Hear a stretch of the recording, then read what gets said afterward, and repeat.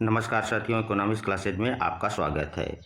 आज हम इस बात पर चर्चा करेंगे कि समोत्पाद वक्र का निर्माण करते समय अथवा समोत्पाद वक्र खींचते समय कौन कौन सी मान्यताएं होती है, अर्थात समोत्पाद वक्र की कौन सी मान्यताएं हैं उस पर चर्चा करेंगे।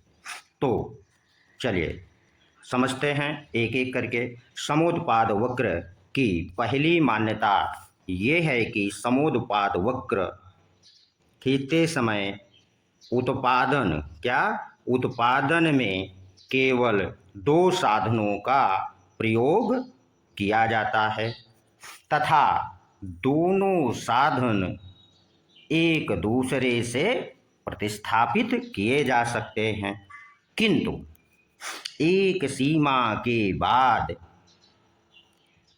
दोनों साधनों के बीच प्रतिस्थापन नहीं किया जा सकता, अर्थात प्रतिस्थापन की दर शून्य रहती है।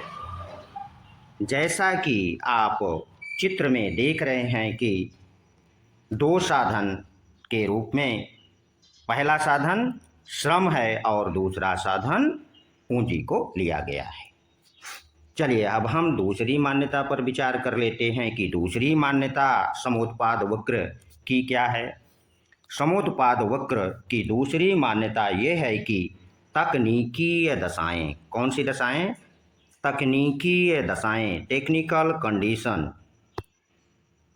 तकनीकीय दशाएं अर्थात टेक्निकल कंडीशन ज्ञात हैं, क्या हैं? ज्ञात हैं या स्थिर हैं। इसमें किसी प्रकार का कोई परिवर्तन नहीं होगा। ठीक।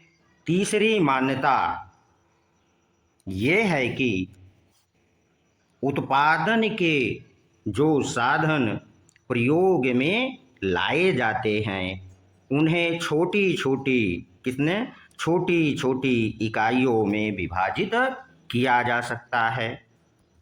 क्या किया जा सकता है? छोटी छोटी इकाइयों में विभाजित किया जा सकता है। तथा समोत्पाद वक्र की तीसरी मान्यता ये है कि फर्म केवल एक ही जो फर्म होती है या उत्पादक होता है वह केवल एक ही